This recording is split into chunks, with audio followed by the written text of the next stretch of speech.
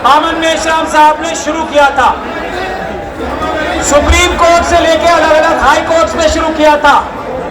हम लोगों का तब भी, जबकि मैं सुप्रीम कोर्ट में प्रैक्टिस करता हूं, ये मानना था कि सुप्रीम कोर्ट आरएसएस के दबाव में है, बीजेपी के दबाव में है। सुप्रीम कोर्ट से फैसला तभी आ सकता है जब सुप्रीम कोर्ट से बड़ी अदालत, जो कि जनता की अदालत है, वो सड़कों पे आके ये फैसला कराए कि सुप्रीम कोर्ट के जज जो जनता के नौकर हैं, वो जनता की आवाज पे वही फैसला करे जो पूरी दुनिया के सभी संवैधानिक कोर्टों ने ये कहा है कि ईवीएम एक होता है, चुनाव सिर्फ और सिर्फ पेपर बैलेट से होने चाहिए।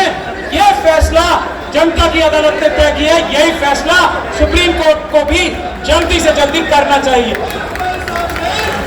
अब आज धारा 144 के बावजूद, सारे दिल्ली के बॉर्डर्स पे पुलिस के बावजूद, ये जो लाखों लोगों का जनसैलाब आया है देश के मालिकों का, ये इस बात को दिखाता है कि इस बार चुनाव और इसके बाद हर बार चुनाव ईवीएम से नहीं, पेपर बैलेट से होंगे।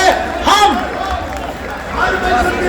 अगर बामन मेश्राम साहब और यहाँ बैठे हमारे सभी साथी, हमारे ईवीएम हटाओ संयुक्त मोर्चा के भी सभी साथी यहाँ पे मौजूद हैं, हमारे देश से कोने कोने से आए हुए बहादुर नेता, जो असली नेता है, वो सभी मौजूद हैं।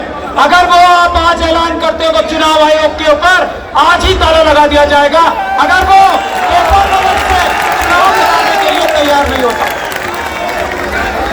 देश के हर एक चुनाव आयोग के ऑफिस के बाहर ताला लगा दिया जाएगा, हर एक गोदाम के बाहर ताला लगा दिया जाएगा। यह संवैधानिक काम होगा, यह गैर संवैधानिक नहीं। मैं एक बात ये कहना चाहता हूं कि ये पुलिस जो आप लोगों को रोक रही है, ये गैर कानूनी काम कर रही है। मैंने पहले बोलने की निवेदन भी इसलिए की थी कि आज इस तरह के प्रोग्राम्स को रोकने की पुलिस के पास कोई कानूनी ताकत नहीं है। आज वही केस एक हाईकोर्ट में लगा हुआ है, मुझे यहाँ से वही जाना। पुलिस ये अपराध करती है अगर आप लोगों को यहाँ रोकती है, ये मैं बताना चाहता हूँ। और वकीलों की जिम्मेदारी है ये कि वो ढाल बन के आप लोगों के आगे खड़े हो। अगर पुलिस कोई गैर कानूनी काम आपके साथ करती है, हम वकील ये वादा करते हैं कि आपकी ढाल बन के देश के मालिकों, देश की जनता के सामने खड़े रहेंगे। किसकी मजाल है अगर देश की जनता को उंगली लगा ले? किस मोदी सरकार की, किस अमित शाह साहब की हिम्मत है कि हमारी देश की जनता को पुलिस के माध्यम से एक उंगली लगा दे? हम देखेंगे।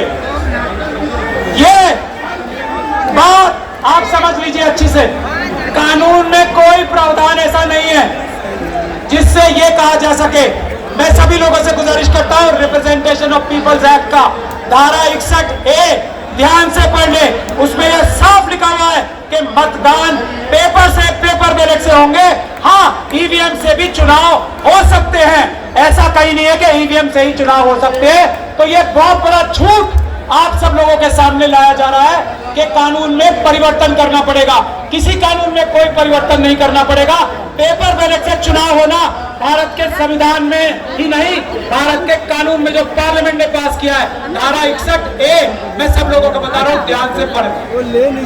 एक बात ये, दूसरी बात ये, हम इस बात का ओपन चैलेंज कर चुके हैं, आज तक कोई सामने नहीं आया। बामन मेश्राम साहब ने भी पीछे मार किया। चुनाव पेपर बैलेट से जल्दी होता है।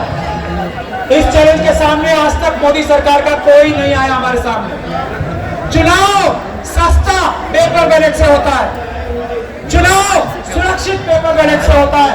इसका कोई जवाब किसी के पास नहीं है। ईवीएम धोखा ही धोखा है। ईवीएम से चुनाव महंगा होता है, ईवीएम से चुनाव देर से होता है, और ईवीएम से सारे बैलेट पेपर्स, सारे बूथ एक साथ लूटे जा सकते हैं। ऐसा ईवीएम का धंधा है, गोरखधंधा। तो हम यही कहना चाहते हैं, हमारी एक छोटी बहन डॉक्टर ऋतु ही एक लड़ाई लड़ रही है यूनिवर्सिटीज में। मैं ये चाहता हूं बामन मेश्राम साहब से भी और आप सब से भी, यूनिवर्सिटीज में भी ये ईवीएम की लड़ाई बुलंद होनी चाहिए। और उसके लिए हम लोग सब हमारे डॉक्टर ऋतु जैसे बहनों से और स्टूडेंट से कहें कि स्टूडेंट यूनिवर्सिटीज में ताले लगा दे, क्योंकि अगर ईवीएम से चुनाव होगा तो यूनिवर्सिटियां वैसे ही बंद कर दी जाएंगी। हम स्टूडेंट से देश के आह्वान करते हैं वो करे। और मैं आखिरी 2 बातें कह के अपनी बात खत्म करना चाहता हूं। पहली, ये हम लोगों की लड़ाई नहीं है, ये देश की जनता ने अपने ईमानदार नौकरों को, हम सबको ये आदेश दिया है कि उठो और ईवीएम को खत्म कर दो, पेपर बैलेट से चुनाव कराओ।